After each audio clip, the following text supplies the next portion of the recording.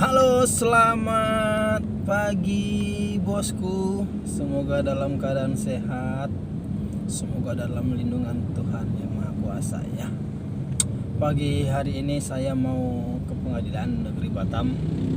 Ada sidang jadwal hari ini bosku, sehingga harus cepat-cepat ke pengadilan. Oke, kalau pagi hari ini saya mau memberikan klarifikasi tentang mindset seseorang atau orang tentang seorang pengacara. Karena hal ini sering saya alami ketika saya membela seseorang yang dianggap salah.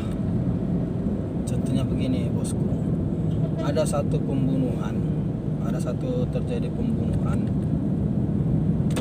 ya kan, tersangkanya atau terdakwanya ditangkap, sehingga tersangka terdakwa yang ditangkap itu membutuhkan seorang pengacara yang memberikan untuk membela hak-hak hukumnya.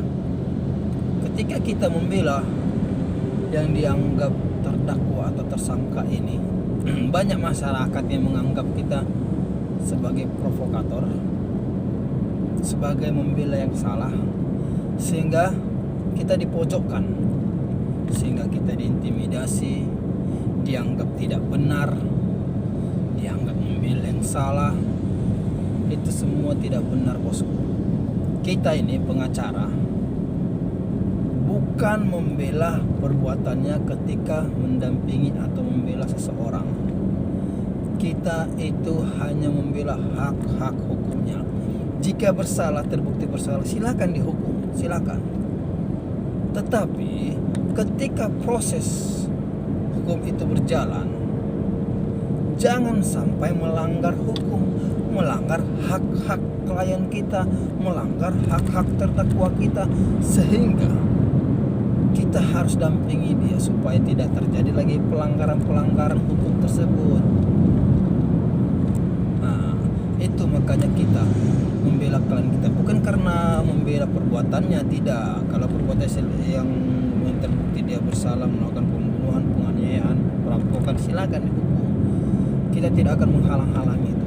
Kita hanya mau penegakan hukum, kita hanya mau melindungi hak-haknya. Oke, sekarang orang yang menganggap kita ini provokator, orang yang menganggap kita pengacara yang tidak benar, orang yang menganggap kita sebagai pembela yang salah, suatu saat kalian akan membutuhkan kami bosku ya. Suatu saat kalian akan membutuhkan kami, membutuhkan pendapat hukum kami. Kenapa? Hidup kita ini, berkomunikasi kita dengan seseorang, kita sudah menjalankan perbuatan hukum bosku. Kita sudah menjalankan perbuatan hukum. Apa yang kita lakukan, cara kita berkomunikasi, seseorang, ternyata seseorang itu merasa terhina, dia akan laporkan kita. Suatu saat bosku akan memerlukan pengacara. Jangan cepat mengambil kesimpulan bahwasannya ketika seorang pengacara itu membela terdakwa atau tersangka langsung dianggap provokator. Tidak. Kami, sekali lagi saya tegaskan, kami hanya membela hak-hak hukumnya. Kami tidak ada membela perbuatannya. Sekali lagi saya katakan, kalau bersalah silakan dihukum. Oke? Karena pernah pengalaman saya menangani suatu sengketa lahan. Memang lahan ini milik sebuah perusahaan, tetapi diduduki oleh masyarakat sudah puluhan tahun, udah bertahun-tahun lah, ya puluhan tahun. Jadi perusahaan ini ingin mengembangkan tanah tersebut, dihalang-halangi oleh masyarakat yang tinggal di sana. Oke, dengan etikat baik kita, perusahaan mau dia membayar ganti rugi atau biaya ganti rugi kepada masyarakat itu. Masyarakat itu mau menerima ganti rugi tersebut, tetapi dengan angka yang tidak masuk akal, ya terpaksa kita tempuh jalur hukum.